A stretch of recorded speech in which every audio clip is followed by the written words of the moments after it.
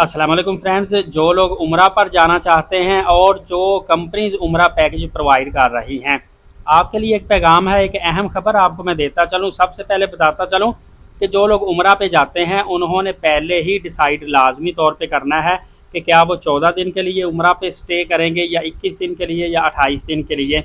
क्योंकि अगर आप फ़र्ज़ करें 14 दिन के लिए उम्रे पे जा रहे हैं, बाद में आपने डिसाइड किया कि मैं 21 दिन रहना चाहता हूँ, 7 दिन फर्दर एक्सटेंड करवाना चाहता हूँ, तो उसमें आपके लिए काफ़ी मसला, काफ़ी परेशानी आएगी। उसकी वजह यह है कि एक तो एयरलाइन टिकट आपको वो एक्सपेंसिव पड़ेगा, पहला टिकट आपने कैंसिल करना या उसका शेड्यूल चेंज करना। सेकंड नंबर पे फिर आपको वजारत को इंटीमेशन देनी पड़ेगी, अपने ट्रैवल एजेंट को इंटीमेशन देनी पड़ेगी कि मैं फ़र्दर यहाँ पे स्टे करना चाहता हूँ। तीसरा, कोटा सिस्टम थोड़ा सा लगा होता है, इस वजह से भी मसला मसाइल पेश आते हैं।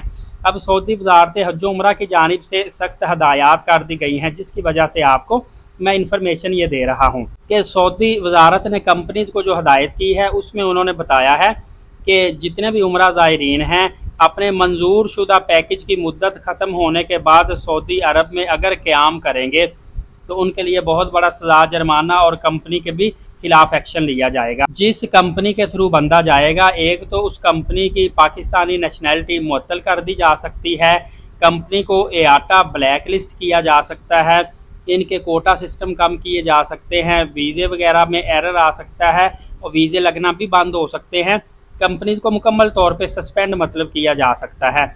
इसके अलावा दूसरा आपको बताता चलूँ कि जितने भी ज़ायरीन उम्रा के लिए जाते हैं अपनी वापसी को यकीनी बनाएं, जिस तरीक़ पे आपकी रिटर्न फ़्लाइट है उसी तरीक़ में आपने वापस आना है। कोई वहाँ पे भीख मांगने वाला सिस्टम नहीं करना चाहिए। आपका वहाँ कोई ना कोई जानने वाला होता है या दुकानदार वहाँ पे लुक छुप के आप जॉब्स करते हैं, वो नहीं करनी है आपने।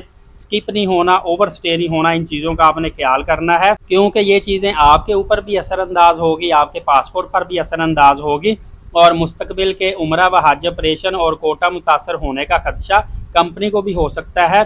किसी एक मुसाफिर की गफलत की वजह से पूरी कंपनी और दीगर मुसाफिरों के लिए मुश्किलात पैदा कर सकती हैं। लिहाजा आप अगर सऊदी कवानीन की पासदारी करेंगे तो इसमें आपके लिए भी बेहतरी है, कंपनी के लिए भी फ़ायदा मंद है और आगे जितने भी उम्रा ज़ायरीन आएंगे उनके लिए भी आसानी पैदा होगी।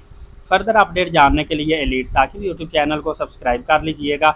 नमाज कायम करें, नबी पाक सल्लल्लाहु अलैहि वसल्लम पे रोज़ाना कसरत से दुरूद पाक भेजा करें और कुरान पाक की तिलावत किया करें। अगली वीडियो में मिलेंगे, इजाज़त दीजिए, अल्लाह हाफ़िज़।